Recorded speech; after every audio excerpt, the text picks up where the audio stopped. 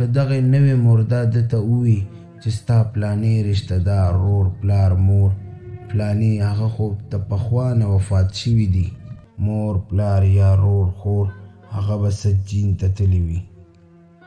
ولې چې د خپل مرګ نه مخکې چې دې نوې مرده څه لیدلي وي، څه کتلي وي، څه معلومات وي، هغه ټول دې نیک روح ته بیانوي.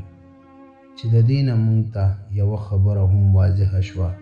چې هلته کې کم نیک روحونه دي هغوی ته د دنیا په باره کې هیڅ معلومات نه وي، چې کم نوې مردګان نوې روحونه هلته لاړ شي هغوی ته ټول حالونه بیانوي، او نه دې روحونو ته د غیبو څه